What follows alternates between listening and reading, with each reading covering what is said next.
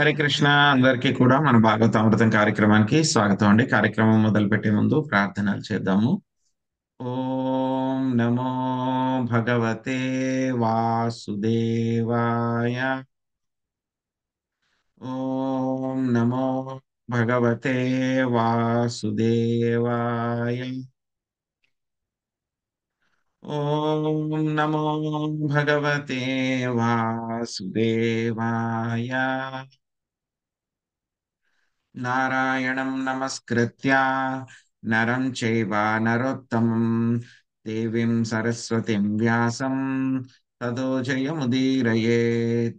శృణ్వతాం స్వకథా కృష్ణ పుణ్యశ్రవణ కీర్తన హృదయంతస్థో హి అభద్రాణి విదునోతి సహృత్సతాం నష్టప్రాయేషు అభద్రేషు నిత్యం భాగవత సేవయా భగవతి ఉత్తమ శ్లోకే భక్తిర్భవతి నైష్టకే. ఓం అజ్ఞానతిమిరాంధస్య జ్ఞానాంజనాశలాకయా చక్షురున్మిలితం యేన తస్మై శ్రీ గురవే నమః. శ్రీచైతన్యమనోభీష్టం స్థాపితం యేన భూతలే స్వయం రూపా కదా మహ్యం దదాతి స్వపదాంతికం. వందేహం శ్రీగురు శ్రీయుతాపదకమలం శ్రీగురున్ వైష్ణవాంశ శ్రీరూపం సాగ్రజాతం సహగణా రఘునాథాన్వితం తాం సజీవం సాద్వైతం సావధూతం పరిజనా సహితం కృష్ణ చైతన్య దేవం శ్రీరాధా కృష్ణ పాదాన్ సహగణా లలితా శ్రీ విశాఖాన్వితాంశ. ఏ కృష్ణ కరుణా సింధో దీనబంధో జగత్పతే గోపేశ గోపికా కాంత రాధా కాంత నమోస్తుతే. తప్త కాంచన గౌరాంగీ రాధే వృందావనేశ్వరి వృషభానుసుతే దేవి ప్రణమామి హరిప్రియే. వాంఛాకల్పతరుభ్యశ్చ కృపా సింధుభ్య ఏవ చ పతితానాం పావనేభ్యో వైష్ణవేభ్యో నమో నమః. జయ శ్రీ కృష్ణ చైతన్య ప్రభు నిత్యానంద శ్రీ అద్వైత గదాధర శ్రీవాసాది గౌర భక్త వృంద. హరే కృష్ణ కృష్ణ కృష్ణ హరే హరే హరే రామ రామ రామ హరే హరే.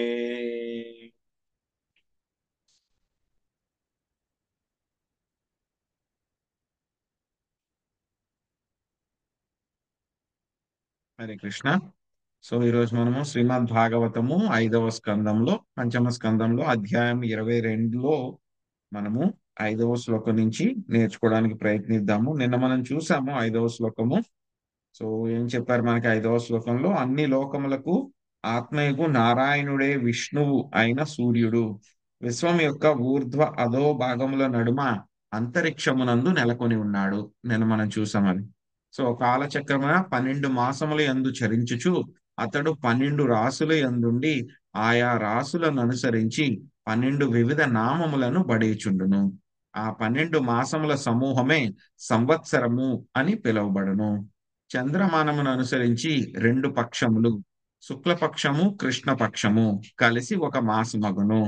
ఆ సమయము పితృలోకమునకు ఒక పగలు ఒక రాత్రి కాగలదు. ఇక సూర్యమానమును అనుసరించి 1 మాసము 2 నక్షత్రములకు సమానము. సూర్యుడు 2 మాసములు చరించినప్పుడు ఒక ఋతువు గడుచును. కనుకనే ఋతు మార్పులు సంవత్సరావయములుగా పరిగణింపబడినవి. 5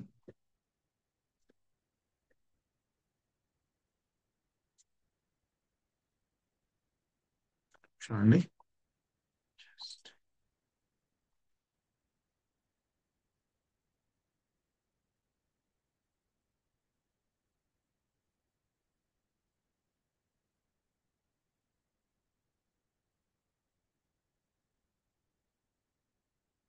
సో ఇక్కడ మనకి ఇక్కడ చెప్పిన విషయాలన్నీ కూడా ఇక్కడ ఈ పిక్చర్ లో ఉన్నాయన్నమాట మనకి.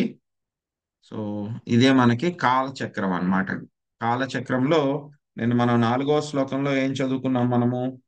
సో వర్ణాశ్రమ పద్ధతిని అనుసరించి జనులు సాధారణంగా సూర్యదేవుని రూపమున గల నారాయణుని అర్చింతురు. వేదోక్తములైన అగ్నిహోత్రాది కర్మల చేతను అష్టాంగ యోగము చేతను వారు పరమాత్ముని రూపమున దేవదేవుని శ్రద్ధతో ఉపాసించుచు జీవిత చరమ లక్ష్యమును అతి సులభముగా సాధింతురు.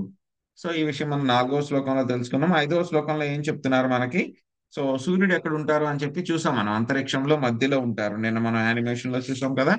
సో ఆ తర్వాత ఏం చెప్తున్నారు? కాలచక్రమున 12 మాసములు యందు చరించుచు అతడు 12 రాసులు యందు ఉండును. సో నిన్న మనం చూసాం కదా, సూర్యుడు ఏ విధంగా మనకి అపసవ్య దిశ, యాంటీ క్లాక్ వైజ్ డైరెక్షన్ లో ఆయన మూవ్ అవుతూ ఉన్నారనమాట. సో ఇక్కడ మనకి ఆ యొక్క టైం వీల్ లో మొత్తం అన్ని కూడా ఇది ఒకే దాంట్లో పెట్టారనమాట ఇక్కడ. సో ఇక్కడ చూడండి, మనకి మధ్యలో కనబడుతోంది మొదటి లేయర్ కాకుండా రెండో లేయర్ లో కనబడుతుంది కుంభ, మీన, మేష, వృషభ, మిథున, కర్క, సింహ.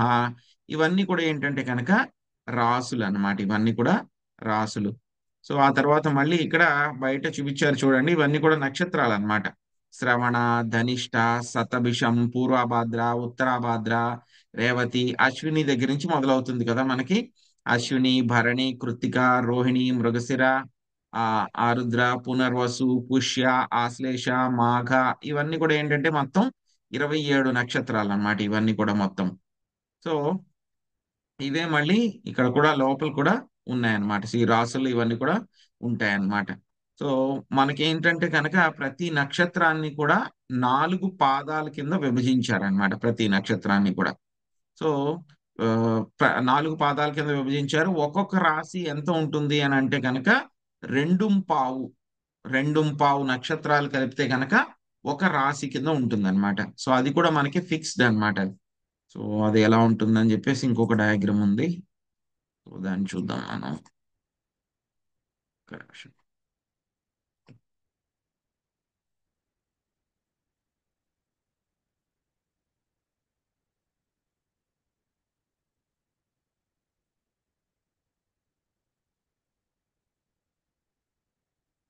సో ఇక్కడ మనకి చూస్తే గనక మేషరాశి ఉంది కదా. మేషరాశిలో మొత్తం అశ్విని నక్షత్రం యొక్క 4 పాదాలు కూడా ఉంటాయి ఇందులో.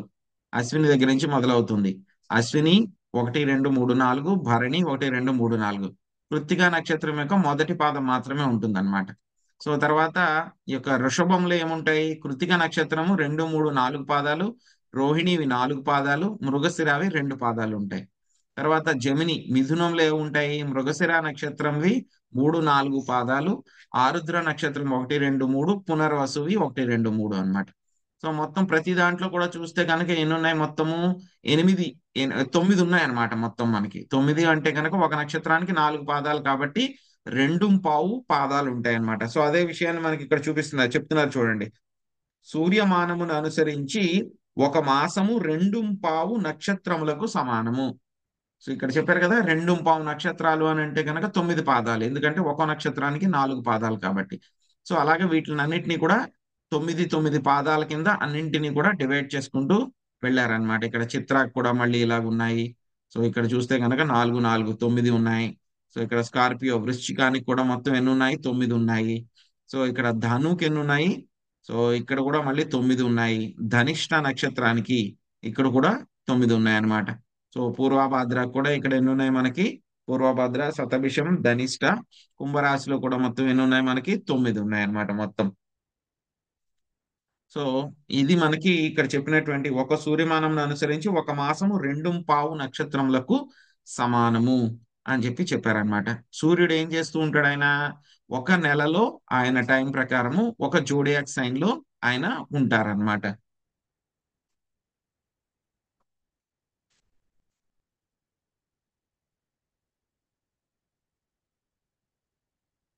సో అదే విషయాన్ని మనకి ఇక్కడ చెప్పారనమాట. సో కాబట్టి ఈ ఋతు మార్పులు, సంవత్సరాల మార్పులు, వాటి గురించి అంతా కూడా నిన్న మనం చూసాము. సో ఈ రోజు మనము 6వ శ్లోకం నుంచి మళ్ళీ నేర్చుకుందాం. అధచాయావతార్థేన నభో విద్యాం ప్రచరతి తం కాల మయనమాచక్షతే. మంజుల మాతాజీ చదవండి 6వ శ్లోకం అనువాదం. హరే కృష్ణ ప్రభు. ఈ విధముగా సూర్యుడు అంతరిక్షమున అర్ధభాగము చరించుటకు పట్టేడి కాలము ఆయనమని ఉత్తర దిక్కుకు లేదా దక్షిణముగా సూర్యుని గమన కాలము పిలువబడును. హరే కృష్ణ ప్రభు. ఆయనము అంటే కనుక ఆయన యొక్క మూమెంట్ అన్నమాట. పైకి కిందకి సూర్యుడు వెళ్తూ ఉంటారు కదా, నిన్న మనం చూసాం కదా, అది ఆయనం అన్నమాట. సో ఉత్తరం దిక్కుగా పైకి వెళ్తూ ఉంటే కనుక ఉత్తరాయణము, కిందికి వస్తూ ఉంటే కనుక అది దక్షిణాయనం అన్నమాట. అదచాయావన్న భూమండలం సహద్యావా పృథివ్యోర్మండలాభ్యాం కార్స్నేన సహా భుంజీతాతం కాలం సంవత్సరం పరివత్సరమిడావత్సరమనువత్సరం వత్సరమితి భానోర్మాంధ్య సైఘ్ర్య సమగతిభి సమామనంతి. శశికళ మాతాజీ అనువాదం చదవండి. హరే కృష్ణ ప్రభుజీ. సూర్యదేవుడు మంద శీఘ్ర సమానమనేది 3 గతులను కలిగి ఉన్నాడు. ఈ 3 గతులతో స్వర్గం మధ్య ఆకాశములను పూర్తిగా చుట్టి వచ్చుటకు సూర్యునికి పట్టడి కాలమునే పండితులు సంవత్సరము, పరివత్సరము, ఇడావత్సరము, అనువత్సరము, వత్సరమని పిలుస్తారు. హరే కృష్ణ ప్రభుజీ. ధన్యవాదాలు. హరే కృష్ణ. సుబ్రహ్మణ్య ప్రభుజీ మీరు ఆ భాష్యం చదవండి.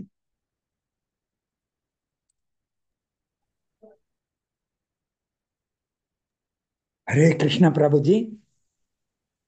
భాష్యము. సౌరమానమున అనుసరించి ప్రతి సంవత్సరమున 6 రోజులు అధికంగా వచ్చును. ఇక చంద్రమానమును అనుసరించి ప్రతి సంవత్సరమున 6 రోజులు తక్కువగా నుండును. ఈ ప్రకారము సూర్య చంద్ర గమనములను అనుసరించి సూర్యమాన చంద్రమాన సంవత్సరముల నడుమ 12 రోజుల వ్యత్యాసముండును.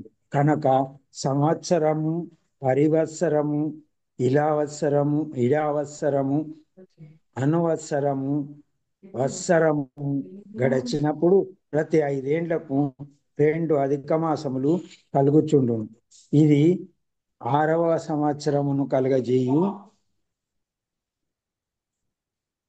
కలగచేయుచుండును. కానీ ఆ సంవత్సరము అధికం గనక సౌర విధానం పైన పేర్కొనబడిన 5 నామములను అనుసరించి గణింపబడును. హరే కృష్ణ. హరే కృష్ణ. సో మనకి ఏంటంటే కనుక సూర్యుడి యొక్క గమనానికి చంద్రుడి యొక్క గమనానికి కూడా తేడా ఉందన్నమాట. సో నిన్న మనం చెప్పుకున్నాం కదా.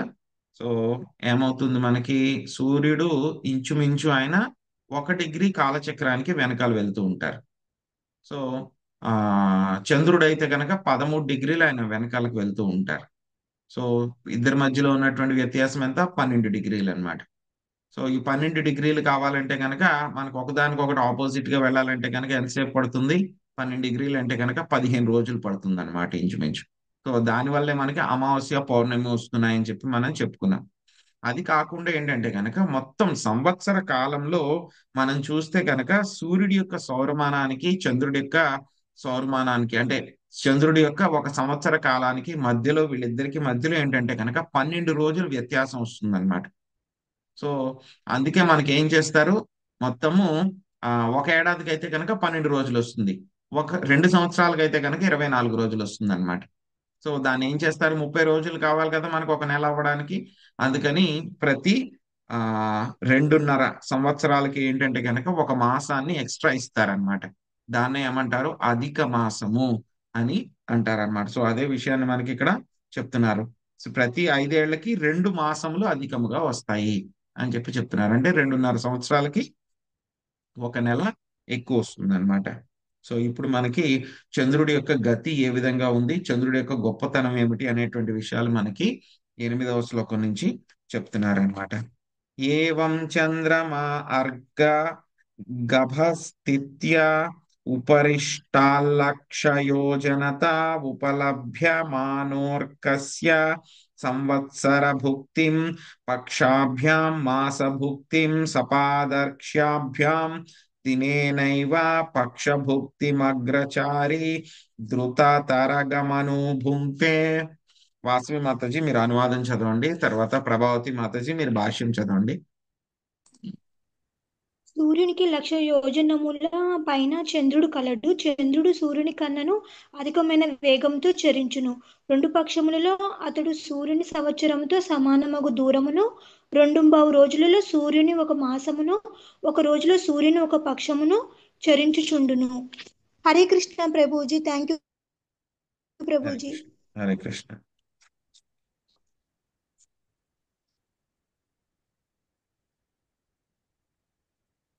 ప్రభావతి మాతాజీ చదవండి భాష్యం. సూర్యునికి 1,00,000 యోజనములు 8,00,000 మైళ్ళు పైన చంద్రుడు కలడనే విషయము గమనించినప్పుడు నవీన కాలం నాటి చంద్రలోక యాత్రలు సాధ్యపడిన వైనము ఆశ్చర్యార్థకమే కాగలదు. చంద్రుడు అంతటి దూరము ఉన్న కొనతో రోదసీ నౌకలు అతడికి ఏ విధంగా చేరిన సంగతి సందేహాస్పదమైన రహస్యముగా మిగలగలదు.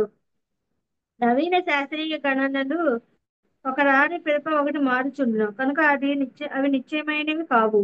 అందువలన వేదవాంగ్మయంలో తెలుపబడిన గణననే మనం గ్రహించవలసి ఉండును. వైదిక గణనలు స్థిరమైనవి. వేదవాంగ్మయంలో తెలుపబడిన అతి పురాతనమైన జ్యోతిష్ గణనము ఈనాటికి సరి అయినదిగా ఒప్పారి ఉన్నది. వైదిక గణనలు శ్రేష్టమైనవా లేక నవీన గణనలు శ్రేష్టమైనవా అనే విషయము ఇతరులకు రహస్యంగా మిగిలిన మిగుల నిండు నాకు సంబంధించినంత వరకు మాత్రం నేను వైదిక గణమునే సరి అయినదిగా అంగీకరించను.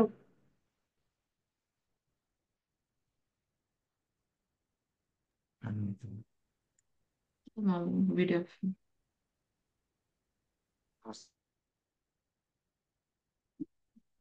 కంగ్రాచులేషన్స్ ప్రభుజీ. 9వ శ్లోకము. అదచాపూర్యమాణాభిశ్చ కళాభిరమరాణాం క్షీయమాణాభిశ్చ కళాభిః పితॄణామహోరాత్రాణి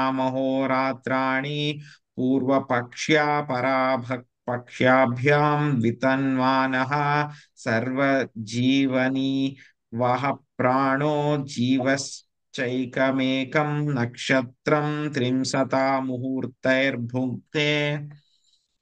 ఎం లక్ష్మీదేవి మాతాజీ మీరు అనువాదం చదవండి.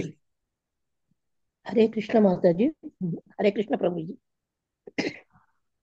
చంద్రుడు వృద్ధి చెందినప్పుడు చంద్రకళలు దినదిన మగుచు దేవతలకు పగులును, పితృదేవతలకు రాత్రి సమయమును కలుగచేయును. ఇక చంద్రుడు క్షయించినప్పుడు దేవతలకు రాత్రి, పితృదేవతలకు పగులు కలుగును.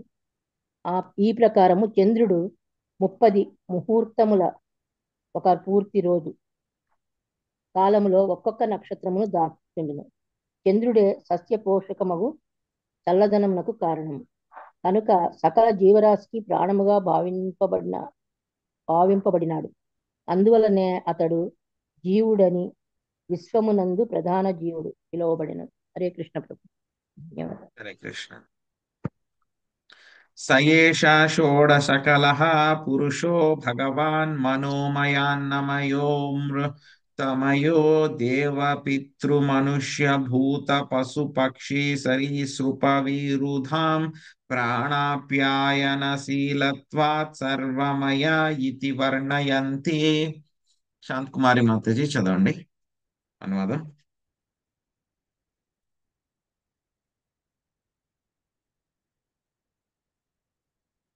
ఉన్నారా మాతాజీ?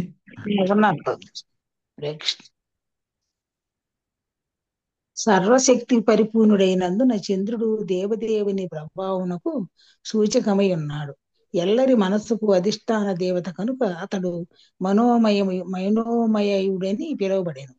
ఓషధులకు సస్యములకు శక్తి ప్రదాత కనుక అన్నమయుడని, సకల జీవులకు జీవకారుడు కనుక అమృతమయుడని అతడు పిలువబడును.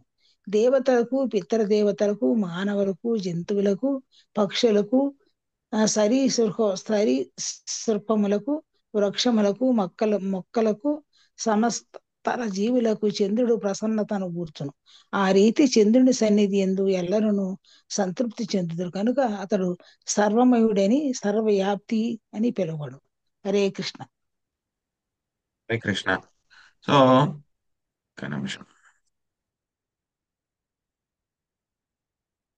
సో మనము చంద్రుడి యొక్క మూమెంట్స్ గురించి ఈ శ్లోకాలు రాకముందే మనము చెప్పేసుకున్నాం చంద్రుడి యొక్క మూమెంట్స్ గురించి మనము. సో ఒక్కసారి మళ్ళీ మనము రివ్యూ చేసుకుందాం ఈ డయాగ్రామ్.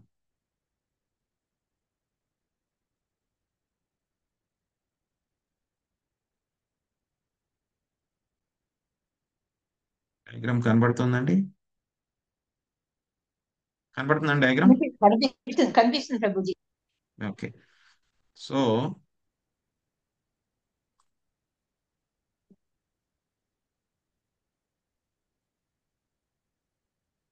మనం చూసుకున్నాం కదా, ఇది మన యొక్క సుమేరు పర్వతం అన్నమాట. సుమేరు పర్వతానికి హారిజాంటల్ గా సూర్యుడు ఉన్నారనమాట. సో అక్కడ మనకి మానసోత్తర పర్వతం పైన 1,00,000 యోజనాల పైన సూర్యుడి యొక్క చక్రం, రథచక్రం తిరుగుతుంది అని చెప్పుకున్నాం.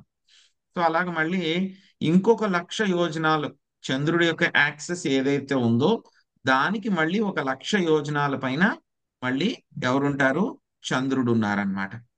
సో దానికి మళ్ళీ పైన ఈ డైమెన్షన్స్ అన్ని మనకు వస్తాయి, చూద్దాము.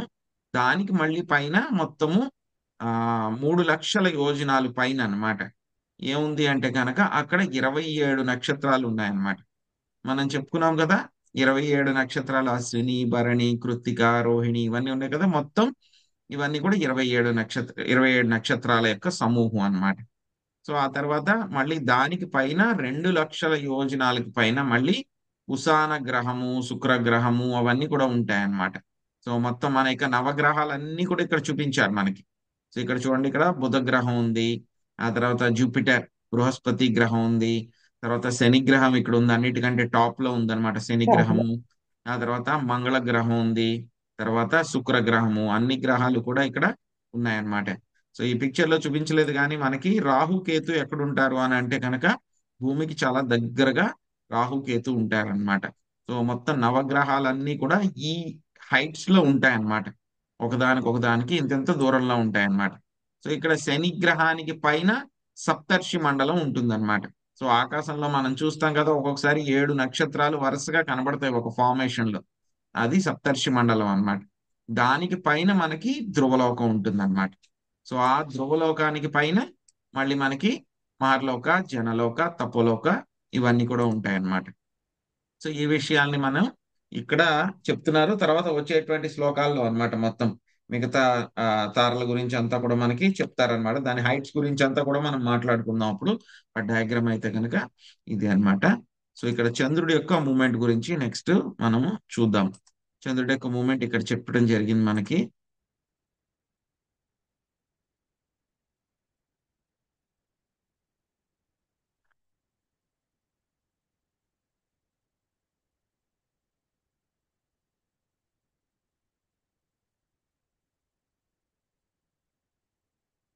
సో ఇక్కడ మనకి చూస్తే కనుక రాసులు ఉన్నాయి, ఇక్కడ రాసులు ఉన్నాయి. సో ఆ తర్వాత మళ్ళీ లోపల ఏమున్నాయంటే కనుక ఇక్కడ నక్షత్రాలన్నీ కూడా ఉన్నాయన్నమాట. సో ఇక్కడ మనకి 27 నక్షత్రాలు ఉన్నాయి మొత్తం మనకి. సో నిన్న మనం చెప్పుకున్నాం 12 రాసులు ఉన్నాయి, మొత్తము 27 నక్షత్రాలు అన్నమాట. సో ఈ 27 నక్షత్రాలని 27 డివైడెడ్ బై 12 వేస్తే కనుక మనకి ఎంత వస్తుంది? 2.25 వస్తుంది అనమాట, 2.25 వస్తుంది అనమాట. సో అందుకనే దాన్ని ఏమన్నారు, ఆ యొక్క 2.25ని ఒక్కొక్క రాశికి కూడా 2.25 నక్షత్రాల కింద డివైడ్ చేశారనమాట. సో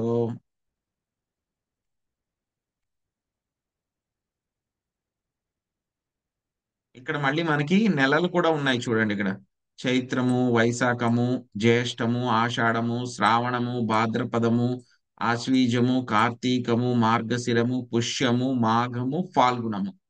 సో మనం ఇప్పుడే చెప్పుకున్నాం కదా. సో చంద్రుడి యొక్క కాలమానానికి తర్వాత మళ్ళీ సూర్యుడి యొక్క కాలమానానికి మధ్యలో కొంచెం గ్యాప్ వస్తుందని చెప్పుకున్నాం. సో అదే ఈ ఎక్స్ట్రా గ్యాప్ అన్నమాట. సో ఇక్కడ కూడా మళ్ళీ ఒక ఎక్స్ట్రా గ్యాప్ ఇక్కడ వచ్చింది అనమాట. సో ఈ ఎక్స్ట్రా గ్యాప్ ఒక సంవత్సరంలో ఏమొచ్చింది, ఇక్కడ చూడండి ఒక్కొక్క సర్కిల్ ఒక్కొక్క సంవత్సరం అనుకోండి. సో ఇక్కడ ఒక ఎక్స్ట్రా గ్యాప్ వచ్చింది లోపల సర్కిల్ లో. సో ఆ తర్వాత మళ్ళీ ఇక్కడ ఒక ఎక్స్ట్రా గ్యాప్ వచ్చింది అనమాట. సో మళ్ళీ ఇక్కడ ఒక ఎక్స్ట్రా గ్యాప్ వచ్చింది.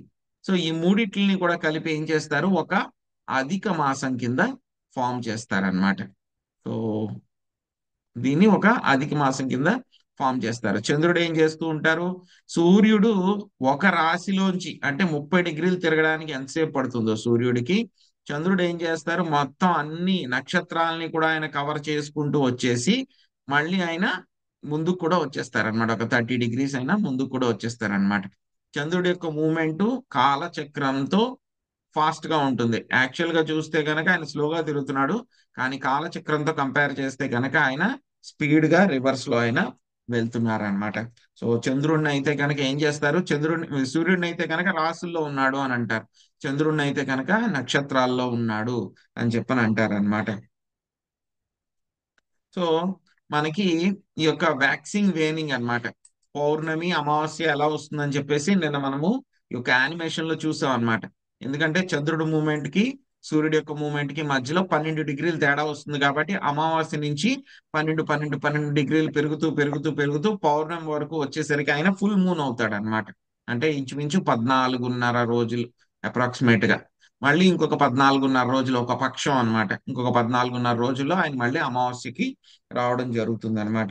సో చంద్రుడు ఏమిటి అంటే కనుక మొత్తము ఈ యొక్క మన మన యొక్క మనస్సు అంతటికి కూడా చంద్రుడే కంట్రోల్ చేస్తూ ఉంటారన్నమాట. మనస్సుకి అంతా కూడా ప్రిడామినెంట్ ఈ డీటీ ఎవరు, మెయిన్ డీటీ అయితే కనుక అనిరుద్ధ, దేవతల్లో అయితే కనుక చంద్రుడు అన్నమాట. సో ఆయనే ఏం చేస్తూ ఉంటారు, మనకి ఔషధులు, అదే విధంగా పళ్ళు, కూరగాయలు వీటన్నింటికి కూడా ఏం చేస్తూ ఉంటారు, ఆయన పోషణ అంతా కూడా ఆయనే ఇస్తూ ఉంటారు అన్నమాట. సో అన్నింటికి కూడా జీవనానికి ఆ విధంగా ఆధారపడుతున్నారు. చంద్రుడు సూర్యుడు ఇద్దరు కూడా చాలా చాలా ముఖ్యం అన్నమాట.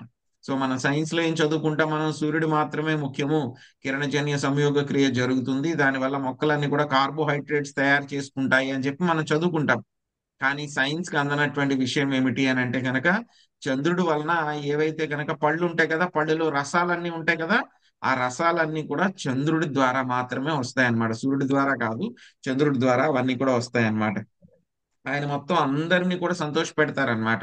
సో యాక్చువల్ గా చెప్తారనమాట, చంద్రుడు ఏం చేస్తారంట, మొత్తము ఈ యొక్క అమృతాన్ని అంతా కూడా ఆయన 15 రోజులు ఆయన కలెక్ట్ చేస్తారంట. మొత్తం అమృతాన్ని అంతా కలెక్ట్ చేసుకున్న తర్వాత పౌర్ణమి రోజు నుంచి ఆయన అందరికి దేవతలందరినీ కూడా పిలిచి వాళ్ళకి ఇవ్వడం మొదలు పెడతారంట. 14 రోజులు దేవతలందరికి కూడా ఇస్తారు, చివరి ఒక రోజు పితృదేవతలను పిలిచి ఆయన మిగతా అమృతం అంతా కూడా ఇచ్చేస్తారు. ఎప్పుడైతే కనుక అమృతం అంతా ఇచ్చేయడం అయిపోతుందో మళ్ళీ అమావాస్య అయిపోతుంది అనమాట. సో మళ్ళీ ఆయన అమావాస్య నుంచి పౌర్ణమి దాకా మళ్ళీ అమృతాన్ని కలెక్ట్ చేస్తారు, మళ్ళీ ఆ తర్వాత దేవతలందరికీ డిస్ట్రిబ్యూట్ చేస్తారు అని చెప్పి చెప్పారనమాట. సో ఇప్పుడు మళ్ళీ మనకి ఇక్కడ మనకి వర్ణన వస్తుంది, ఇప్పుడే మనం ఫోటోలో చూసుకున్నాం కదా. సో దానికి చంద్రుడు పైన ఇంకెవరున్నారు, ఏ ఏ నక్షత్రాలు ఉన్నాయి అనేటువంటి విషయాలు, మన నక్షత్రాలు కాదు గ్రహాలు ఏమున్నాయి అని చెప్పేసి మనం చూద్దాం.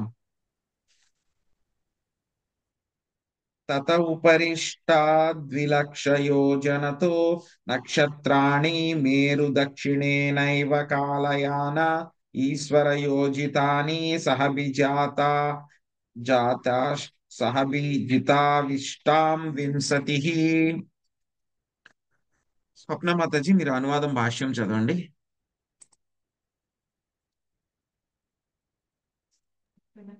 హరే కృష్ణ ప్రభు. చంద్రునికి 2 లక్షల యోజనములకు 16 లక్షల మైళ్ళు పైన పెక్కు నక్షత్రములు కలవు. దేవదేవుని పరమ సంకల్పముచే అవి కాలచక్రమునందు నెలకొరినవి. సూర్య గమనమునకు విరుద్ధమగు గమనమును కలిగి ఉన్నందున అవి సుమేరు పర్వతముతో పాటు ప్రదక్షిణము కావించుచుండును. అభిజిత్ మొదలగు ఆ ముఖ్య నక్షత్రములు 28 కలవు. భాష్యము. ఇచ్చట పేర్కొనబడిన నక్షత్రములు చంద్రునికి పైన 16 లక్షల మైళ్ళ దూరములో ఉన్నవి, అనగా అవి భూమికి 40 లక్షల మైళ్ళ పైన నెలకొని ఉన్నవి. హరే కృష్ణ. ఒక నిమిషం.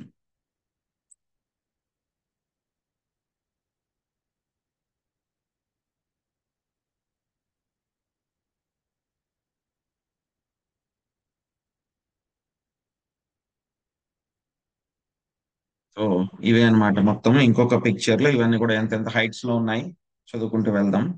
సో తర్వాత 12వ శ్లోకము. తత ఉపరిష్టాదుసన దశన ద్విలక్ష యోజనత ఉపలభ్యతే పురతః పశ్చాత్ సహై వార్కస్య శైఘ్రమాంధ్య సామ్యాభిర్గతిభిరర్కవచ్చరతి లోకానాం నిత్యదానుకూల ఏవ ప్రాణేయ వర్షయంశ్చారేణానుమీయతే సవృష్టి విష్టంభ గ్రహోపశమోనః. చంద్రమాతజీ ఈ యొక్క అనువాదం చదవండి. హరే కృష్ణ ప్రభుజీ, ధన్యవాదాలు. ఈ నక్షత్ర సమూహంలో దాదాపు 16 లక్షల మైళ్ళ పైన శుక్రగ్రహం ఉన్నది. మంద శీఘ్రమ సమాన గతుల్లో అది దాదాపుగా సూర్యునితో సమానము గతిని కలిగి ఉన్నది. కొన్ని మార్లు అది సూర్యునికి వెనుకగాను, కొన్ని మార్లు ముందుగాను, మరి కొన్ని మార్లు సూర్యునితో సమానంగాను ధరించను. వర్షము కురియుండగా నాపేడు ఇతర గ్రహములు దుష్ట ప్రభావమునకు శుక్రగ్రహము నివారించును. ఆ ప్రకారము వర్షమునకు కారణమై ఉండేది అది విశ్వమందలి సమస్త జీవులకు పరమ అనుకూలమైనదిగా భావింపబడినది. ఈ విషయమును పండితోత్తములచే అంగీకరింపబడినది. హరే కృష్ణ. హరే కృష్ణ. సో ఇక్కడ వీనస్ అని చెప్పి మనం చూస్తున్నాం కదా, ఇది మనకి శుక్రగ్రహం అన్నమాట. సో ఇది శుక్రగ్రహం వీనస్ అని చెప్పి మనం చూస్తున్నాం. 12వ శ్లోకంలో మనకి శుక్రగ్రహం గురించి చెప్పడం జరిగింది. వీనస్ అంటే శుక్రగ్రహం అన్నమాట. ఇది ఏంటంటే కనుక వర్షం కురిపించడానికి ఇది ఉపయోగపడుతుంది అనమాట. చాలా మంచి గ్రహం అన్నమాట. నవగ్రహాల్లో కూడా ఏంటంటే కొన్ని మంచి గ్రహాలు ఉంటాయి, కొన్ని చెడ్డ ఉంటాయి, కొన్ని ఏమో ఒక్కొక్కసారి మంచిగా ఉంటాయి, ఒక్కొక్కసారి చెడ్డగా ఉంటాయి అన్నమాట. సో ఈ యొక్క వీనస్ అనేటువంటి శుక్రగ్రహం ఏం చేస్తుంది అని అంటే కనుక మిగతా గ్రహాల యొక్క దుష్ట ప్రభావాన్ని అంతా కూడా అది తగ్గించి ఏ గ్రహాలు అయితే కనుక వర్షం కురవకుండా చేస్తాయో వాటిని నివారించి శుక్రగ్రహం వాటి యొక్క దుష్ట ప్రభావం నుంచి కాపాడుతుంది అనమాట. సో కాబట్టి జీవులందరికీ కూడా చాలా అనుకూలమైనది అని చెప్పి చెప్తారనమాట జ్యోతిష శాస్త్రం ప్రకారం అన్నమాట. ఉసనసా బుధో వ్యాఖ్యాతస్తత ఉపరిష్టాద్విలక్ష యోజనతో బుధః సోమసుత ఉపలభ్యమానః ప్రాయేణ సుభకృత్యదార్కాద్వతిరిచ్యేత తదాతివాతాభప్రాయనా వృష్ట్యా దిభయ మాంసతే. పార్వతీ మాతాజీ చదవండి మీరు 13వ శ్లోకం అనువాదం. హరే కృష్ణ. బుధగ్రహము కూడా శుక్రగ్రహము వంటిదే అని వర్ణింపబడినది. అనగా అది కొన్ని మార్లు సూర్యునికి వెనుకగాను, ఇంకొన్ని మార్లు ముందుగాను, మరి కొన్ని మార్లు సూర్యునితో సమానముగాను చరించుచుండును. అది శుక్రగ్రహమునకు 16 లక్షల మైళ్ళ పైన లేదా ధరణికి 2 లక్షల మైళ్ళ పైన నెలకొని ఉన్నది. సోమసుతుడగు బుధగ్రహము విశ్వవాసులకు దాదాపు ఎల్లప్పుడూ మంగళకరమే అయి ఉండును. కానీ అది సూర్యునితో పాటు చననప్పుడు తుఫానులను, గాలి దుమారు అనియము, వర్షమును, జలరహితము, మేఘములను కలుగజేయను. ఆ ప్రకారము అది అతివృష్టి అనావృష్టులచే భయంకర పరిస్థితులను సృష్టించును. హరే కృష్ణ. సో మనకి ప్రతి సంవత్సరం కూడా ఏం చేస్తూ ఉంటారు, ఉగాది రోజున పంచాంగ శ్రవణం చేస్తూ ఉంటారు అన్నమాట. సో పంచాంగం అంటే కనుక పంచాంగం తయారు చేసిన తర్వాత ఆ సంవత్సరము ఈ గ్రహాలన్నీ కూడా నవగ్రహాలన్నీ కూడా సూర్యుడితో పాటు ఏ విధంగా తిరుగుతున్నాయి అనేటువంటివి క్యాల్కులేట్ చేస్తారనమాట. సో పంచాంగం చూసేటువంటి వాళ్ళు అనమాట. సో దాన్ని బట్టి వాళ్ళు ఏం చేస్తారు, ప్రిడిక్షన్స్ చేస్తారనమాట. సో మనం ఉన్నటువంటి ప్రదేశానికి వర్షాలు బాగా పడతాయా, పడవా, గాలి దుమ్ములు వస్తాయా, దుమారాలు వస్తాయా, లేకపోతే కనుక అనావృష్టి వస్తుందా ఏమిటి అని చెప్పి ఇదంతా కూడా వాళ్ళు యొక్క గ్రహాల యొక్క గమనాన్ని బట్టి వాళ్ళు ఎస్టిమేట్ చేస్తూ ఉంటారనమాట. యొక్క బుధుడు ఎవరు అని అంటే కనుక చంద్రుడి యొక్క కుమారుడు అనమాట. సో ఆయనకు ఒక సెపరేట్ యొక్క గ్రహం అనేటువంటిది ఉంది అనమాట. సో ఆయన కూడా ఇక్కడ చెప్పినటువంటి అంత దూరంలో ఆయన కూడా ఉంటారు. ఇంచుమించు ఒక్కొక్కసారి సూర్యుడితో పాటు వెళ్తారు, ఒక్కొక్కసారి సూర్యుడి కన్నా ముందు వస్తారు, ఒక్కొక్కసారి సూర్యుడి కన్నా వెనకాల వెళ్తారు అనమాట. సో ఎప్పుడైతే కనుక సూర్యుడితో పాటు సమానంగా ఉన్నప్పుడు ఏమవుతుందంట, తుఫాన్లు, గాలి దుమారాలు, అనియమిత వర్షము ఇవన్నీ కూడా కలుగుతాయి అన్నమాట. కానీ ఏంటంటే కనుక ఓవరాల్ గా చూస్తే కనుక ఈ యొక్క బుధ గ్రహం కూడా మనకి మంచిదే అన్నమాట. సో శుక్రగ్రహం కూడా మంచిది, ఈ యొక్క బుధ గ్రహం కూడా మనకి మంచిదే అన్నమాట.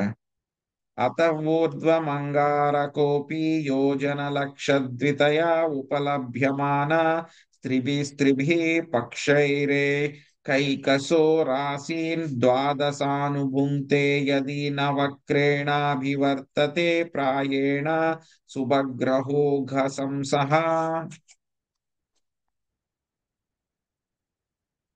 లక్ష్మీ నాగేశ్వరి మాతాజీ మీరు హరే కృష్ణ ప్రభుజీ, చదవండి. ప్రణామం. బుధగ్రహమునకు 16 లక్షల మైళ్ళ పైన అనగా ధరణికి 88 లక్షల మైళ్ళ పైన అంగారక గ్రహం ఉన్నది. అది వక్రగతిన చననిచో ఒక్కొక్క రాశిని 3 పక్షాలతో దాటి ఒకదాని పిమ్మట ఒకటిగా 12 రాశుల్లో చరించును. వర్షము మరియు ఇతర ప్రభావములలో దాదాపు ఎల్లప్పుడూ అది ప్రతికూల పరిస్థితులనే కలుగుజేయును. Hare Krishna Prabhuji. Thank you Prabhuji. So అంగారక గ్రహం గురించి మనకి యొక్క 15వ శ్లోకంలో మనకి చెప్తున్నారనమాట. జూపిటర్. ఒక్క నిమిషం. సో అంగారక గ్రహం మార్స్ గురించి మనకి చెప్తున్నారనమాట. సో ఎంత ఎత్తులో ఉంటుందన్నమాట, ఇక ధరణికి మొత్తము 88 లక్షల మైళ్ళ పైన అంగారక గ్రహం ఉంటుందన్నమాట. సో ఇదేం ఎలా తిరుగుతుందంటే ఇది వక్రగతిన చనినచో ఒక్కొక్క రాశిని 3 పక్షములలో దాటి ఒకదాని పిమ్మట ఒకటిగా 12 రాశులలో చరించును. సో వర్షము మరియు ఇతర ప్రభావంలో ఇది ఎల్లప్పుడూ కూడా ప్రతికూల పరిస్థితినే కలుగజేస్తుందంట. సో ఇది మంచిది కాదనమాట ఈ యొక్క గ్రహం అని చెప్పి చెప్తున్నారనమాట ఈ యొక్క అంగారక గ్రహం. తథా ఉపరిష్టాద్విలక్షయోజనానంతరత భగవాన్ బృహస్పతిరేకై కస్మిన్ రాసౌ పరివత్సరం చరతి యది న వక్ర స్యాత్ ప్రాయేణానుకూలో బ్రాహ్మణాకులస్య. విజయలక్ష్మి మాతాజీ చదవండి అనువాదం. హరే కృష్ణ ప్రభు, దండవత్ ప్రణామ్. అంగారకునికి 16 లక్షల మైళ్ళ పైన అనగా భూమికి 1,04,00,000 మైళ్ళ పైన బృహస్పతి గ్రహం ఉన్నది. అది ఒక రాశిని పరివత్సర కాలమును దాటును. ఈ గ్రహము వక్రగమనము లేనప్పుడు విశ్వమందలి బ్రాహ్మణులకు మిక్కిలి అనుకూలమైనది అగును. హరే కృష్ణ ప్రభు, ధన్యవాదం. సో ఇది కూడా ఎలా తిరుగుతుంది, యొక్క బృహస్పతి యొక్క గ్రహం అన్నమాట, జూపిటర్ అని చెప్పని అంటారనమాట.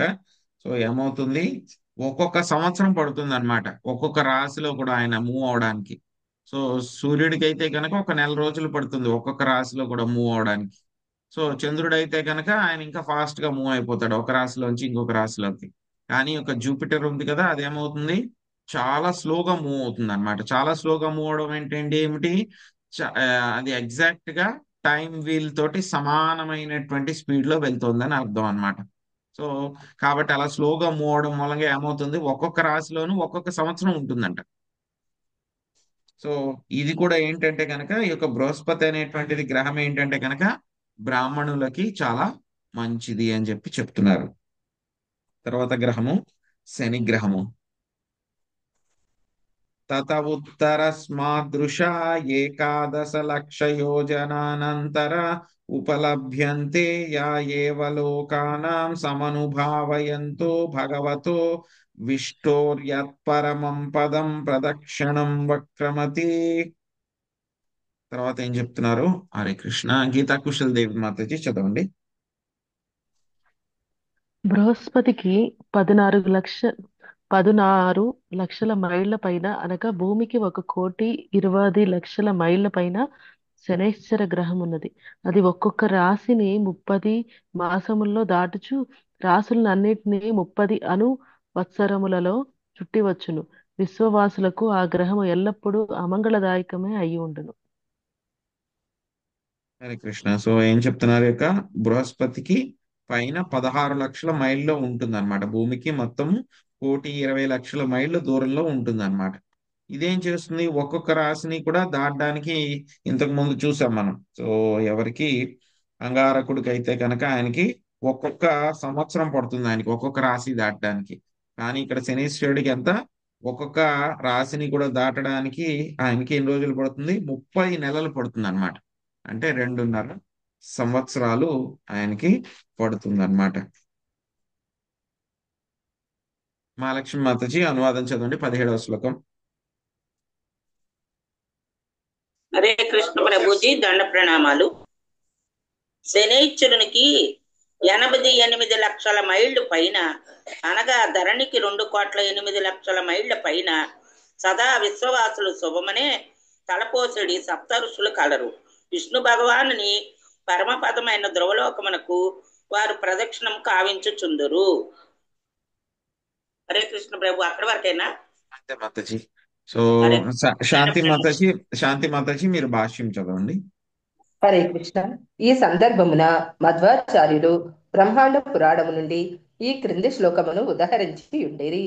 జ్ఞానానందాత్మనో విష్ణు శిశుమారవపుష్యత ఊర్ధ్వలోకేషు సవ్యాప్త ఆదిత్యాశ్రిత. జ్ఞానమునకు దివ్యానందమునకు మూలమైనట్టి విష్ణు భగవానుడు విశ్వమునకు అత్యున్నత స్థానమున గల సప్తమ రూపమును దాల్చి ఉంటెను. సూర్యాది గ్రహములన్నీను ఆ శిశుమార చక్రమును ఆశ్రయించి ఉన్నవి. శ్రీమద్ భాగవతము నందలి గ్రహమండలము అను పంచమ స్కందములోని 22వ అధ్యాయమునకు భక్తి వేదాంత భాష్యము సమాప్తము. హరే కృష్ణ. హరే కృష్ణ. సో మొత్తం ఈ యొక్క గ్రహాలన్నీ కూడా మనకి ఎంతెంత దూరంలో ఉన్నాయని చెప్పి మనకి చెప్పారనమాట. సో సూర్యుడు మనకి జీరో అన్నమాట హైట్. అంటే హారిజాంటల్ గా అయినా చాలా ఎక్కువ దూరంలో తిరుగుతున్నారు, కానీ వెర్టికల్ హైట్ లో చూస్తే కనుక సూర్యుడు యొక్క హైట్ ఆల్మోస్ట్ 0 అన్నమాట. సో దానికి పైన ఈ యొక్క ఎన్ని మిలియన్ యోజనాస్ అన్నమాట. సో దానికి పైన చంద్రుడు 1,00,000 యోజనాల పైన ఆయన ఉంటారనమాట. సో ఆ తర్వాత మళ్ళీ 4 లక్షలు భూమి దగ్గర నుంచి అన్ని అన్నమాట. 4 లక్షల యోజనాల దగ్గర మనం చెప్పుకున్నాం కదా 27 నక్షత్రాలన్నీ కూడా ఉంటాయని చెప్పేసి, అవి 4 లక్షల యోజనాల పైన ఉంటాయి. దానికి పైన మళ్ళీ 6 లక్షలు అన్ని కూడా భూమి దగ్గర నుంచి 6 లక్షల యోజనాలకు పైన శుక్రగ్రహం ఉంటుంది. 8 లక్షల యోజనాల పైన బుధ గ్రహం ఉంటుంది. ఒక 10 లక్షల యోజనాలకి మనకి అంగారక గ్రహం ఉంటుంది. 12 లక్షల యోజనాలకి మనకి బృహస్పతి ఉంటుంది. 14 లక్షల యోజనాలకి శని గ్రహం ఉంటుంది. తర్వాత 25 లక్షల యోజనాలకి ఏముంటుంది, సప్తర్షి మండలం ఉంటుంది అనమాట. దానికన్నా పైన మొత్తము ధ్రువ నక్షత్రానికి, ధ్రువ ప్లానెట్ కి భూమికి మధ్య ఉన్నటువంటి గ్యాప్ ఎంత అంటే కనుక 38 లక్షల యోజనాలు. ఇంత దూరంలో మనకి ఆ యొక్క ధ్రువ నక్షత్రం అనేటువంటిది ఉందన్నమాట. సో ఇది మనం ఈ రోజు నేర్చుకున్నటువంటి యొక్క ఆర్బిట్స్ ఆఫ్ ద ప్లానెట్స్, ఇవన్నీ కూడా ఎలా తిరుగుతున్నాయి అనేటువంటి విషయం అన్నమాట. సో వీటిలో ఎవరికైనా ఏమైనా ప్రశ్నలు ఉన్నాయా? హరే కృష్ణ ప్రభుజీ. హరే కృష్ణ ప్రభుజీ, నిన్న మీరు ఇవి ఇవి అని అన్ని చూపించారు కదా, అది పెడతారా ప్రభుజీ? ఆల్రెడీ పెట్టినట్టు ఉన్నారు కదా శ్రీప్రద. పెట్టారా? పెట్టేశారు మాతాజీ ఆల్రెడీ. సరే ప్రభు, చూడలేదు, చూస్తారులే ప్రభు. హరే కృష్ణ ప్రభుజీ. సూర్యుడు మనకి కనిపిస్తున్నారు కదండి, ఆయన మానసోత్తర పర్వతం పైన ఫాస్ట్ గా తిరుగుతున్నట్టు నిన్న వీడియోలో చూసాం కదా. కానీ మనకి కనిపించే సూర్యుడు అంత మామూలుగా తిరుగుతున్నారు కదా మనకి. యాక్చువల్ గా మనం కూడా అబ్జర్వ్ చేస్తే కనుక మనకు కూడా తెలుస్తుంది అనమాట. సో మనం ఉన్నటువంటి ప్రదేశంలో చూస్తే కనుక సూర్యుడు తూర్పున ఆయన ఉదయిస్తాడు. ఆయన మనకి ఎక్కడైతే కనుక సూర్యుడు ఉదయిస్తున్నాడో అది తూర్పు. మనకి అమెరికా వాళ్ళకి ఎక్కడ సూర్యుడు ఉదయిస్తే కనుక వాళ్ళకి అది తూర్పు. మనకి తూర్పును ఉదయించి ఆయన ఎలా తిరుగుతాడు అంటే కనుక తూర్పు దగ్గర నుంచి ఆయన సౌత్ వైపు వస్తాడు, దక్షిణం వైపు వస్తాడు. దక్షిణం వైపు నుంచి మళ్ళీ ఆయన పడమరకు వెళ్ళిపోతాడు. పడమరకు వెళ్ళిపోతే కనుక మనకి సూర్యాస్తమయం అయిపోతుంది. పడమర నుంచి మళ్ళీ ఆయన ఉత్తరానికి వెళ్తే కనుక మళ్ళీ వెనకాల ఉన్న వాళ్ళకి మళ్ళీ సూర్యోదయం అవన్నీ కూడా అవుతూ ఉంటాయి. సో మనకు కనపడుతుంది కదా సూర్యుడు పొద్దున్నే మనం తూర్పు వైపు చూస్తాం. మనకి ఎక్కడైతే సూర్యుడు ఉదయిస్తున్నాడో అది తూర్పు. ప్రతి చోట మనం అలాగే మెజర్ చేస్తాం. సో ఈస్ట్ అనేది ఎక్కడ ఉంటుందంటే సూర్యుడు ఎక్కడ ఉదయించాడో అది తూర్పు. ఆ తర్వాత నుంచి మళ్ళీ ఆయన సౌత్ కు వెళ్తాడు. మిట్ట మధ్యాహ్నం సౌత్ లో ఉంటాడు ఆయన. మళ్ళీ సాయంత్రం వచ్చేసరికి ఆయన పడమరకు వచ్చేస్తాడు. సో మనకి తెలుస్తుంది కదా, సగం మూమెంటే తెలుస్తుంది మనకి, పూర్తి మూమెంట్ తెలియదు మనకి. ఎలా తెలుస్తుంది మనకి? ఎందుకంటే కనుక అది మన వెనకాల ఉన్నారు కదా గ్లోబ్ లో, వాళ్ళకి కనబడుతుంది, అది మనకు కనబడదు. కానీ ఏంటంటే కనుక ఎక్కడైతే సూర్యుడు ఉదయిస్తాడో వాళ్ళకి అది. ఇప్పుడు జపాన్ వాళ్ళు ఉన్నారు అనుకోండి, వాళ్ళు ఇంచుమించు మనకి 6 గంటల ముందు ఉంటారు వాళ్ళకి. సూర్యుడు మనకన్నా వాళ్ళు 6 గంటల ముందు ఉంటాడు. సో కాబట్టి ఏంటంటే కనుక వాళ్ళకి మనకి మిట్ట మధ్యాహ్నం అయితే కనుక మనకి వాళ్ళకి మిట్ట మధ్యాహ్నం అయితే కనుక మనకి 6 గంటలు అవుతుంది అనమాట. సో ఆ తర్వాత మళ్ళీ మనకి జపాన్కి ఆపోజిట్ గా ఉన్న వాళ్ళకి ఏమవుతుంది, మనకి మిట్ట మధ్యాహ్నం అయితే కనుక వాళ్ళకి సాయంత్రం అవుతుంది. మనకి వెనకాల ఎవరైతే ఉన్నారో అమెరికా వాళ్ళు ఉన్నారు అనుకోండి, మనకి వెనకాల ఉన్నారు వాళ్ళు, సో వాళ్ళకి ఏమవుతుంది, అర్ధరాత్రి అవుతుంది అనమాట. అలాగా టైమింగ్స్. ప్రభుజీ మళ్ళీ ప్రభుజీ ఇంకోటి, మన దగ్గర సూర్యుడు పైన లోకాలకు కూడా ఈయనే వెలుగిస్తారు కదా, స్వర్గం అలాంటి వాటికి కూడా. కానీ మనకు కనిపించేటప్పుడు ఆయన వెలుతురు అంత పైకి వెళ్తున్నట్టు మధ్యలో నేను ఇంకా చెప్తున్నాను కదండి, ఆకాశం. మొత్తం సూర్యుడికి మొత్తం 1000 రకాల రేస్ ఉంటాయంట ఆయనకి. సో మనకి ఏ రేస్ ఇవ్వాలో ఆ రేసే ఇస్తాడు ఆయన. అక్కడికి దూరంగా వెళ్లే రేసు ఆ రకాలు ఏవో ఉంటాయి, వాటితోటి అక్కడికి వెళ్లే వెలుతురు వేడి అంతా వాళ్ళకి ఇస్తాడు ఆయన. ఆయనకి 1000 రకాల పైన రేస్ ఉంటాయి అనమాట, డిఫరెంట్ రేస్. మనకు తెలిసిన వాటిని మనం అంటాం కదా, gamma race, ultra violet race అవన్నీ అంటాం కదా. మనకు వచ్చేవి చాలా తక్కువ, కానీ అందరికీ ఆయన డిస్ట్రిబ్యూట్ చేస్తాడు మొత్తం అంతంత దూరంలో. ఆయన టెక్నాలజీ ఆయనది. ఉమ్. మరి వాళ్ళకు కూడా మార్నింగ్ నైట్ ఉంటాయి కదా ప్రభుజీ, స్వర్గంలో వాళ్ళకి కూడా సో టైమింగ్స్ డిఫరెంట్ గా ఉంటాయి వాళ్ళకి కూడా చెప్పారు కదా మనకి. పితృదేవతలకు అయితే కనుక 15 days. రోజులకి పగలు, 15 రోజులు రాత్రి వాళ్ళకి. స్వర్గలోక వాసులకి అయితే కనుక 6 నెలలు పగలు, 6 నెలలు రాత్రి అన్నమాట. అంటే అప్పుడు సన్ వాళ్ళకి ఆ నైట్ ఇంకుంటారు, ఆ రేస్ రావు వాళ్ళకి. మార్నింగ్ టైం 6 months మార్నింగ్ కాబట్టి అప్పుడే ఉంటుంది రేస్. అవునండి. సో మనం కూడా అది చూసాం కదా మనకి. పైన ఉన్నటువంటి ఆర్కిటిక్, అంటార్కిటిక్, పైన ఉన్నటువంటిది ఆర్కిటిక్ అన్నమాట. సో అక్కడ వాళ్ళకి ఏముంటుంది, ఉత్తరాయణం అంతా కూడా వాళ్ళకి పగలు, దక్షిణాయనం అంతా కూడా వాళ్ళకి రాత్రి. అంటార్కిటిక్ లో ఉన్నటువంటి వాళ్ళకి ఏంటంటే కనుక వాళ్ళకి ఉత్తరాయణం అంతా కూడా వాళ్ళకి రాత్రి, దక్షిణాయనం అంతా కూడా వాళ్ళకి పగలు. ఇప్పుడు మనకి వేసవకాలం ఎప్పుడు వస్తుంది మనకి, ఏ నెలలో వస్తుంది? మార్చ్ ఏప్రిల్ లో వస్తుంది కదా మనకి. ఆస్ట్రేలియాలో ఉన్న వాళ్ళకి డిసెంబర్ నవంబర్ లో వస్తుంది వేసవకాలం. మనం ఏంటంటే కనుక నార్దర్న్ హెమిస్ఫియర్ లో ఉన్నాం, ఉత్తర దిక్కుగా ఉన్నాం. సో కాబట్టి సూర్యుడు ఉత్తరాయణంలో ఉంటాడు. ఉత్తరాయణంలో ఉన్నప్పుడు ఏమవుతుంది, మనకి వేసవకాలం వస్తుంది. సో దక్షిణాయనంలో ఏమవుతాడు, సూర్యుడు కిందకి వెళ్ళిపోతాడు. కిందకి వెళ్ళిపోతే కనుక ఆస్ట్రేలియా వాళ్ళు సదరన్ హెమిస్ఫియర్ లో ఉన్నారు కాబట్టి వాళ్ళకి డిసెంబరు నవంబర్ లో అప్పుడు వాళ్ళకి అక్కడ వేసవకాలం, మనకు అప్పుడు శీతాకాలం. మనకి ప్రభుజీ ఒక్కోసారి నక్షత్రాలు ధ్రువ నక్షత్రం అని ఎక్కువ బ్రైట్ గా కనిపిస్తుంది, అరుంధతి నక్షత్రాన్ని చూపిస్తారు. ఇవన్నీ మనం చూస్తున్నాం కదా అంత దూరంలో ఉన్నా కానీ. ఇవన్నీ కూడా మనకి ఎందుకు కనబడుతున్నాయి అని అంటే కనుక దానికి కూడా మనకి కారణం చెప్పారు ఇక్కడ భాగవతంలో అన్నమాట. ఈ నక్షత్రాలన్నీ కూడా అంత దూరంలో ఉన్నా సరే మనకి ఎందుకు కనబడేలాగా చేయిస్తారు భగవంతుడి యొక్క సృష్టిలో అంటే కనుక వాటి యొక్క గమనాన్ని బట్టి మన యొక్క తిథులు, మనం చేయాల్సినటువంటి పంచాంగాలు, కాలగమనాలు, ఆ తర్వాత మనం చేయాల్సినటువంటి కర్మకాండలు కానీ, ఏమైనా భక్తి విశేషాలు కానీ ఏమైనా చేయాలంటే కనుక మనకి టైం చాలా ఇంపార్టెంట్ అన్నమాట. సో కాబట్టి మనం ఆ టైమింగ్స్ అంతా తెలుసుకోవడం కోసం అని చెప్పేసి మొత్తం 27 నక్షత్రాలు, సప్తర్షి మండలము, రాసులు ఇవన్నీ కూడా మనకి కనబడేలాగా చేశారనమాట. ఇంకా చెప్పాలి అని అంటే కనుక మనకి చాలా దగ్గరగా ఉంటుంది మేరు పర్వతం. చంద్రుడి కంటే కూడా చాలా దగ్గరగా ఉంటుంది, కానీ మేరు పర్వతం మనకు కనపడదు. కానీ ఏం కనబడుతుంది, ఎక్కడో దూరంగా ఉన్న శనిగ్రహం కూడా మనకు కనబడుతుంది. ఎందుకు కనబడుతుంది అంటే కనుక అవే కనబడేలాగా చేశారనమాట మనకి కలియుగంలో.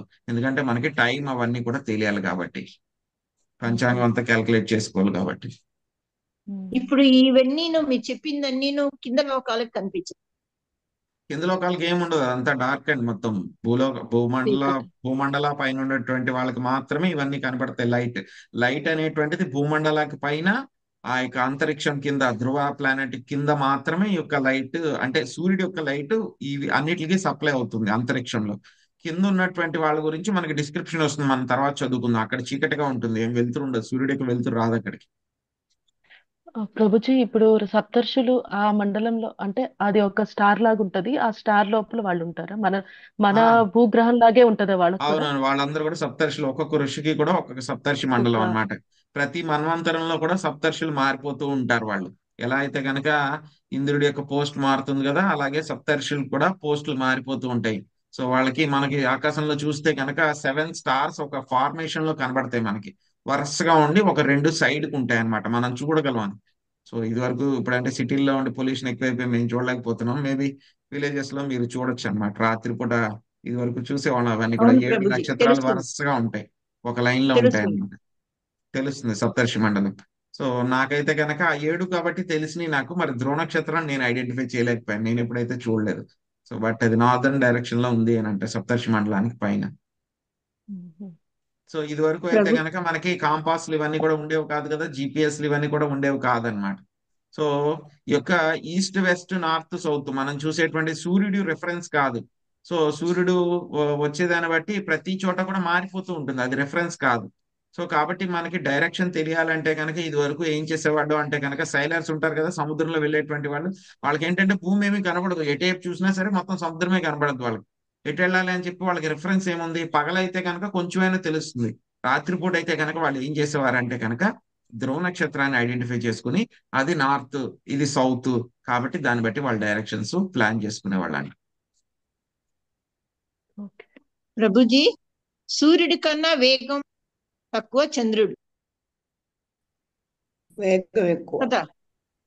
క్లాక్ వైజ్ లో చూస్తే కనుక సూర్యుడి కన్నా చంద్రుడు స్లోగా తిరుగుతాడు. యాంటీ క్లాక్ స్లోగా వైజ్ లో తిరుగుతాడు. చూస్తే కనుక సూర్యుడి యొక్క స్పీడ్ చంద్రుడి కంటే కూడా తక్కువ. అందుకనే చంద్రుడు మొత్తం రాసులన్నింటినీ అంటే నక్షత్రాలన్నింటినీ కూడా చాలా ఫాస్ట్ గా కవర్ చేసేస్తున్నాడు ఆయన. సో ఒక రాశిని కవర్ చేయడానికి సూర్యుడికి 30 రోజులు పడితే కనుక చంద్రుడు దాన్ని అంతా కూడా ఏం చేస్తున్నాడు ఆయన ఒక రోజులో కవర్ 2.5 చేసుకుని రోజులు. వచ్చేస్తున్నాడు. 2.5 రోజులు ఆయన కవర్ చేసుకుని వచ్చేస్తున్నాడు. హరే కృష్ణ ప్రభుజీ. హరే కృష్ణ. ఆ, అంతా సిమిలర్ గా ఉంది కానీ చంద్రుడు సూర్యుడు రిలేటివ్ డిస్టెన్స్ మనకి సూర్యుడి దగ్గర చంద్రుడు దూరం అన్నారు కదా, అదొక్కటే కొంచెం డిసిమిలర్ గా ఉంది ప్రజెంట్ మన అండర్స్టాండింగ్. యాక్చువల్ గా ఏంటంటే కనుక 2 రకాలు. ఏంటంటే కనుక మనం ఏమనుకుంటాం, ఎప్పుడు కూడా మనం 2D లోనే ఆలోచిస్తాం, మనం 2 డైమెన్షన్స్ లోనే మనం ఆలోచిస్తాం అనమాట. యాక్చువల్ గా మనం 3D లో ఆలోచించాం మనం. సో ఇందులో ఏంటంటే కనుక డయాగ్నల్ డిస్టెన్స్ వెర్టికల్ డిస్టెన్స్ అంటే హారిజాంటల్ డిస్టెన్స్ వెర్టికల్ డిస్టెన్స్ 2 ఉంటాయి కదా. సో మనం ట్రిగ్నామెట్రీలో చదువుకుంటాం కదా, మ్యాథ్స్ లో మనం చదువుకుంటాం. సో మెజర్మెంట్లు అవి కూడా చేయడానికి ఒక పిల్లర్ హైట్ ఇంత ఉంది, ఈ డిస్టెన్స్ లో అయితే కనుక ఇంత యాంగిల్ వస్తుంది, ఈ డిస్టెన్స్ లో ఇంత యాంగిల్ వస్తుంది, దాన్ని బట్టి డిస్టెన్స్ ఎంత అని చెప్పేసి అక్కడ మనం ఏం చూస్తాము, హారిజాంటల్ డిస్టెన్స్ చూస్తాము, వెర్టికల్ డిస్టెన్స్ కూడా చూస్తాం అన్నమాట. సో ఆ విధంగా మనం చూడాలన్నమాట ఈ యొక్క చంద్రుడు సూర్యుడు యొక్క డిస్టెన్స్ ని క్యాల్కులేట్ చేసేటప్పుడు. సో సూర్యుడి యొక్క వెర్టికల్ డిస్టెన్స్ ఆల్మోస్ట్ 0, కానీ హారిజాంటల్ డిస్టెన్స్ ఎక్కువ. చంద్రుడిది హారిజాంటల్ డిస్టెన్స్ తక్కువ, బట్ వెర్టికల్ డిస్టెన్స్ ఎక్కువ. అచ్చా, ఇందులో అంతా మనం మాట్లాడేదంతా వర్టికల్ డిస్టెన్స్ మీద ఎక్కువ మాట్లాడుతున్నాం. ఇప్పుడు లాస్ట్ లో మనం ఇప్పుడు చెప్పుకున్నాం కదా డిస్టెన్సెస్, ఇవన్నీ కూడా వెర్టికల్ డిస్టెన్సెస్. ఇవన్నీ కూడా ఈ వెర్టికల్ డిస్టెన్సెస్ అన్నమాట. సో నిన్న మనం చూసాం కదా సూర్యుడి యొక్క ఆర్బిట్ చాలా దూరంగా ఉంది, అది అవును. చంద్రుడి యొక్క ఆర్బిట్ చాలా దగ్గరగా ఉంది. ఇప్పుడు మన డయాగ్రామ్ లో కూడా చూసుకుంటే కనుక ఇక్కడ చూడండి. సో ఇదే డయాగ్రామ్ లో చూసినా సరే మనకి చూడండి చంద్రుడి యొక్క ఆర్బిట్ చాలా దగ్గరగా ఉంది భూమికి, కానీ సూర్యుడి యొక్క ఆర్బిట్ ఎక్కడుంది, చాలా దూరంగా ఉంది. కానీ వెర్టికల్ డిస్టెన్స్ చూస్తే కనుక సూర్యుడి యొక్క distance 0, horizontal distance vertical distance చూస్తే కనుక చంద్రుడి డిస్టెన్స్ ఎక్కువ. బట్ హారిజాంటల్ డిస్టెన్స్ సూర్యుడిది ఎక్కువ, హారిజాంటల్ డిస్టెన్స్ చంద్రుడిది తక్కువ. సో ఓవరాల్ గా ఎలా చూసినా సరే డయాగ్నల్ గా చూస్తే కనుక మనం హైట్ ట్రిగ్నోమెట్రీ ప్రకారం చూస్తే కనుక చంద్రుడు మనకి దగ్గరలో ఉన్నట్టు, సూర్యుడు దూరంగా ఉన్నట్టు అన్నమాట. ఆ విధంగా ఇది కరెక్ట్ అర్థమైంది ప్రభుజీ. దీంట్లో క్లియర్ గా ఉంది కదా, రేడియస్ దగ్గరగా ఉంది, చంద్రుడు రేడియస్ దగ్గరగా ఉంది. చంద్రుడి రేడియస్ తక్కువ మనకి మేరు పర్వతం దగ్గర నుంచి, సూర్యుడు యొక్క రేడియస్ ఎక్కువ. కానీ వెర్టికల్ డిస్టెన్స్ చూస్తే కనుక సూర్యుడు 0, చంద్రుడు అయితే కనుక అది ఉంది. కాబట్టి ఓవరాల్ గా చూస్తే కనుక డయాగ్నల్ మనం క్యాల్కులేట్ చేస్తే కనుక చంద్రుడి దగ్గరగా ఉన్నట్టు, సూర్యుడు దూరంగా ఉన్నట్టు. హరే కృష్ణ ప్రభుజీ.